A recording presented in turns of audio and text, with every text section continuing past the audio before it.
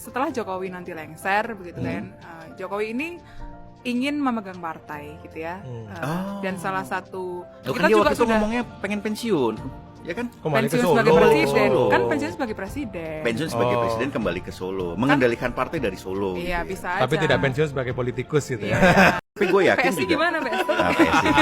Ini yang sebenarnya juga bikin Jokowi pusing juga kan. Iya.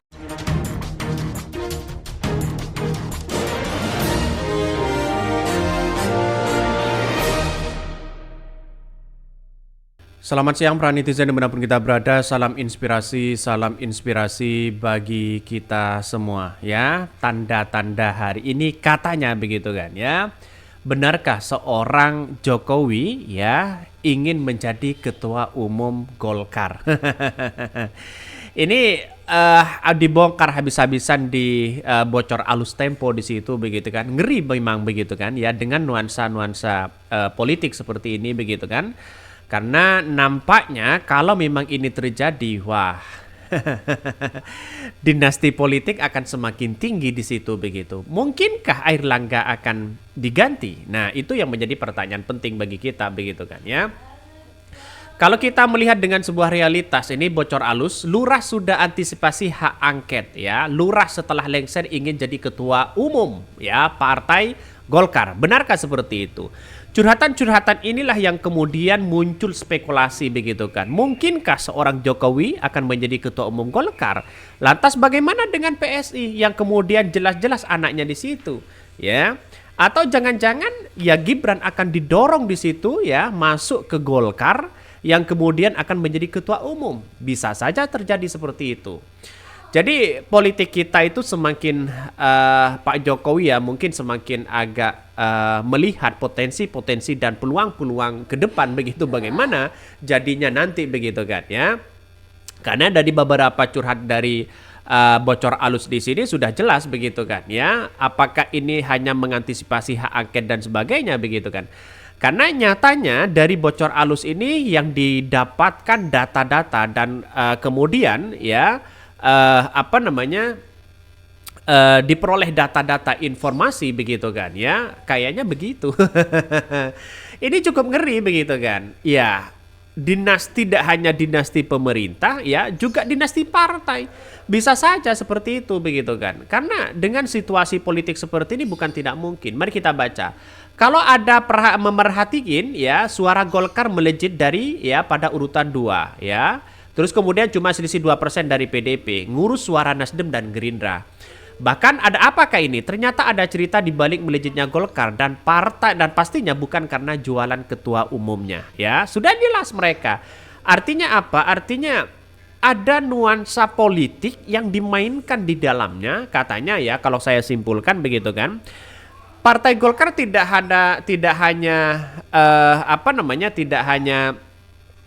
menguras ya dari mengerus ya dari suara dari Partai Nasdem dan PDIP, terus kemudian Gerindra di situ begitu kan. Dia cukup menjadi perhatian dari tubuh koalisi sendiri. Seperti Gerindra misalnya ya. Apakah tidak marah suaranya mereka diceplok mereka untuk kemudian ya ada nuansa keterlibatan misalnya untuk bisa meraup suara terbanyak dari Golkar. Nah, ini yang menjadi perhatian khusus hari ini, apa yang disampaikan bocor halus ini nampaknya mereka sudah memberikan statement yang kemudian agak gimana begitu kan ya.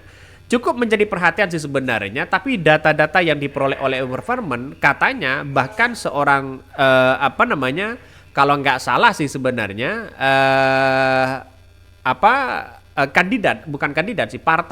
anggota partai begitu kan, dari salah satu partai marah terhadap Partai Golkar, katanya begitu. Jadi intinya adalah kalau kita melihat semua ini, bukan tidak mungkin yang di dalam koalisi Prabowo Gibran ya akan politisasi lagi untuk bisa mencapai tujuan nanti di 2029.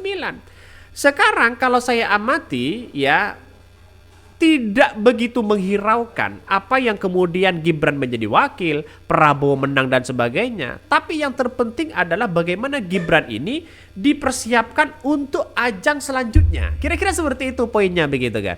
Bukan tidak mungkin 2029 ya punya kekuatan yang sangat luar biasa. Bisa saja itu terjadi begitu kan. Karena nampaknya hari ini kalau kita melihat dengan data-data yang yang saya amati dari Tempo begitu, dari bocor alus Tempo begitu, itu cukup memperhatikan sebenarnya. Bahkan ada yang muncul spekulasi begitu dari netizen mengatakan Gibran sudah dipersiapkan sekarang untuk maju di 2029. Katanya begitu. Walaupun ini terlalu dini untuk membicarakan seperti itu, tapi implementasinya kalau suara Golkar semakin naik, lalu kemudian ketua umum Golkar diperebutkan, bukan tidak mungkin di situ begitu kan. Siapa? Jokowi itu kan tidak punya partai di situ. Lihat saja ya, dari beberapa presiden-presiden ada yang selama ini menjadi presiden yang punya partai siapa? Ya kecuali kecuali Pak Jokowi begitu kan. Jadi bukan tidak mungkin akan menjadi ketua umum partai, entah dari PSI, entah dari Partai Golkar dan sebagainya. Tapi yang saya amati betul bahwa kalau memang ke partai karena suara terbanyak kedua dari PDIP, mungkinkah seorang Jokowi akan menjadi ketua umum partai?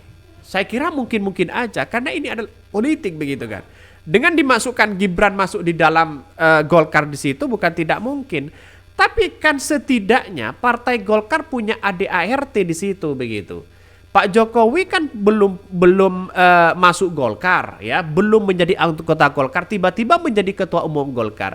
Lantas bagaimana dengan orang-orang Golkar, para senior yang sudah puluhan tahun mengabdi di Partai Golkar, tiba-tiba tidak menjadi ketua umum dan sebagainya begitu kan. Itu kan menunjukkan bahwa apa yang terjadi selama ini masih nuansa kurang gimana begitu kan. Itu yang harus kita lihat di situ. Jadi masyarakat harus benar-benar memahami soal ada indikasi-indikasi seperti ini. Tapi ini cukup menjadi perhatian khusus bagi kita itu sebenarnya begitu kan. Karena nampaknya bagi kami adalah ya siapapun sah-sah saja mau berspekulasi apapun di situ begitu kan ya. Bahkan kalau kita merujuk data-data yang disampaikan oleh bocor alus ini, nampaknya semakin dekat sih Jokowi untuk menjadi ketua umum Golkar. Bahkan ya dalam rangka apa kok ya ke Partai Beringin? Udah dibeli atau apa? Ya karena memang Partai Golkar itu terbanyak setelah PDIP begitu kan. Kalau mereka digadang-gadang menjadi salah satu calon ketua umum dari PDIP, bukan tidak mungkin dulu ya digadang-gadang dari orang-orang itu. Karena ini tidak bisa, PDIP sudah kuat Ibu Megawati. Karena Golkar satu-satunya yang kemudian ketua umumnya gonta-ganti sana sini. Bukan tidak mungkin akan direbutkan oleh mereka begitu. Ya dengan adanya dipersiapkan Gibran terlebih dahulu masuk di situ begitu kan. Akhirnya mulai Pak Jokowi mulai mendekati Golkar. Dia masih ingat nggak dengan adanya dengan adanya Jokowi mengatakan pakai dasi warna kuning ya, dia menunjukkan saya pakai dasi apa ya, itu sudah menunjukkan mereka masuk kepada Golkar hari ini kan. Bisa saja seperti itu begitu kan. Jadi walaupun secara terang-terangan mereka belum mendeklarasikan atau belum mengatakan masuk Golkar dan sebagainya, bukan tidak mungkin suatu saat nanti ini akan menjadi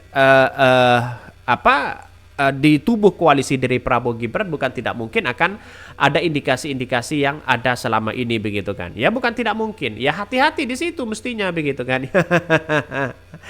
Bahkan ya Fadli usul Jokowi jadi ketua umum Golkar. Wasekjen urus partainya sendiri. Nah dulu ini kalau saya kutip di 2017 begitu kan. Nah inilah yang kemudian spekulasi itu mungkin setiap waktu ya, waktu kita akan menjawab ada kebenaran dan mendekati bahwa seorang Jokowi akan ya menjadi ketua umum partai. Ya nggak tahu partai PSI atau partai Golkar begitu kan. Yang paling dekat sekali ya hari ini kepada partai Golkar begitu kan. Karena mulai dasinya mulai kuning dan sebagainya begitu kan. Apakah mereka sudah masuk anggota partai? Nah itu yang menjadi pertanyaan. Karena nampaknya kalau Partai Golkar masuk dipimpin oleh seorang Jokowi, ini menjadi kekuatan dari Jokowi sendiri di situ begitu kan. Ya, untuk mempersiapkan bagaimana nanti 2029. Jelas kan ya. Ya, hati-hati loh Partai Gerindra begitu kan ya. Hati-hati Partai Gerindra begitu kan ya. bisa suara dari Partai Golkar ini akan turun di situ, akan anjlok di situ begitu kan ya, karena ini perebutan suara begitu di 2029 begitu. Mungkin kalau kita berbicara 2029 mungkin Prabowo apakah bisa nyalon lagi atau tidak di situ, tapi nampaknya itu cukup hati-hati loh begitu kan ya. Jadi saya kira sampai hari ini masih banyak muncul spekulasi yang ada, tapi rupanya data-data dari bocor alus Tempo ini cukup menjadi perhatian bagi kita begitu kan. Mungkin itu ya yang kami sampaikan, ya tonton terus channel Ho dari Podcast Rakyat ini karena ada berita-berita menarik dan viral setiap harinya. Salam para netizen, salam inspirasi bagi kita semua. Jangan lupa di subscribe di YouTube Ho dari Podcast Rakyat ini.